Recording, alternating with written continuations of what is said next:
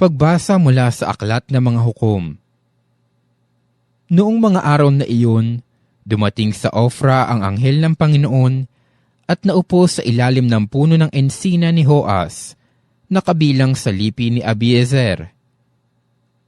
Si Gideon, na anak ni Joas, ay kasalukuyang gumigiik noon ng trigo sa pisaan ng ubas. Patago ang kanyang pagigiik at baka siya makita ng mga Madianita.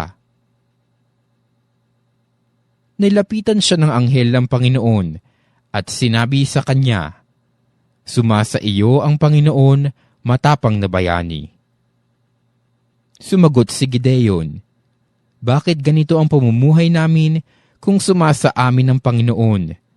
Bakit wala siyang ginagawang kababalaghan ngayon tulad noong ialis niya sa Ehipto ang aming mga ninuno, ayon na rin sa kwento nila sa amin? Kami pinabayaan na ng Panginoon. Kung hindi ay bakit natitiis niya kaming pahirapan ng mga Madianitang ito?" Sinabi sa kanya ng Panginoon, "Lumakad ka at gamitin mo ang buong lakas mo sa pagliligtas sa Israel." Sumagot si Gideon, "Paano ko maililigtas ang Israel? Ang aming sambahayan ang pinakamaliit sa lipi ni Manases, at ako naman ang pinakamahina sa amin." Sinabi sa kanya ng Panginoon, "Maililigtas mo ang Israel pagkatutulungan kita. Lulupigin mo ang mga Madianitang ito na para ka lang pumatay ng isang tao." Sumagot si Gideon, "Kung ako, Panginoon, ay talagang kalugod-lugod sa inyo, bigyan ninyo ako ng palatandaang kayo nga ang naguutos sa akin. Huwag muna kayong umalis at hahainan ko kayo ng pagkain handog."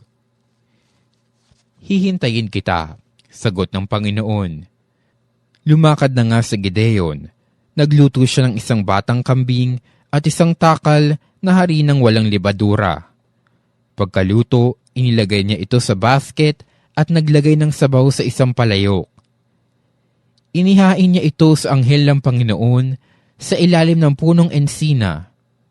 Sinabi sa kanya ng anghel, "Ipatong mo sa malaking batong iyan ang karne at ang tinapay.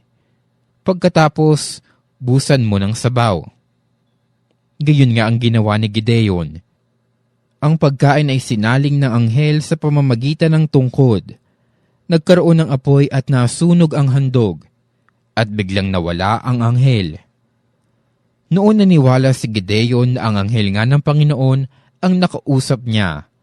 Dahil dito, kinilabutan siya sa takot at nanginginig na nagsalita, "Diyos ko, nakita ko ng mukha ng anghel ng Panginoon." Ngunit sinabi sa kanya ng Panginoon, "Huwag kang matakot, hindi ka maaano." At si Gideon ay nagtayo roon ng isang altar na tinawag niyang ang Panginoon ay kapayapaan, Panginoon, Salom. Ang salita ng Diyos.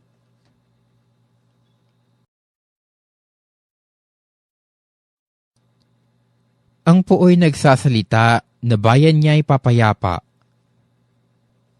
Aking naririnig magmula sa puon ang sinasalita. Sinasabi niyang ang mga lingkod niya ay magiging payapa kung mangagsisisi at di nababalik sa gawang masama. Ang puoy nagsasalita na bayan niya ay papayapa. Ang pagtatapatan at pag-iibigay magdadaop palad. Ang kapayapaan at ang katuwiray magsasamang ganap. Sa balat ng lupa'y pawang maghahari yaong pagtatapat, at ang katarungan na may maghahari mula sa itaas. Ang puoy nagsasalita na bayan niya'y papayapa. Gagawing maunlad ng Panginoong Diyos itong ating buhay. Ang mga halaman sa ating lupai bubungang mainam. Sa harapan niya yaong maghahari pawang katarungan, magiging payapa at susunod ang madla sa kanyang daan. Ang puoy nagsasalita na bayan niya'y papayapa. Ang mabuting balita ng Panginoon ayon kay San Mateo. Noong panahong iyon, sinabi ni Jesus sa kanyang mga alagad, "Sinasabi ko sa inyo, Napakahirap mapabilang ang mayayaman sa mga pinaghaharian ng Diyos. At sinasabi ko rin sa inyo, madali pang makaraan ang kamelyo sa butas ng karayom kaysa pasakop sa paghahari ng Diyos ang isang mayaman. Nagtaka ang mga alagad nang marinig ito, kaya't naitanong nila, kung gayon, sino po ang maliligtas? Tinitigan sila ni Jesus at sinabi, hindi ito magagawa ng tao, ngunit magagawa ng Diyos ang lahat ng bagay. At nagsalita si Pedro, tignan po ninyo, iniwan namin ang lahat at kami sumunod sa inyo. Ano po naman ang para sa amin? Sinabi sa kanila ni Jesus, tandaan ninyo ito, kapag nakaluklok na ang anak ng tao sa kanyang maringal na trono sa buong daigdig, kayong sumunod sa akin ay luluklok din sa 12 trono upang hukuman ang 12 lipi ng Israel. At ang sino mang magtiis na iwan ng tahanan, mga kapatid na lalaki at babae, ama, ina, mga anak, o mga lupain alang-alang sa akin, ay tatanggap ng makasandaang ibayo at pagkakalooban ng buhay na walang hanggan.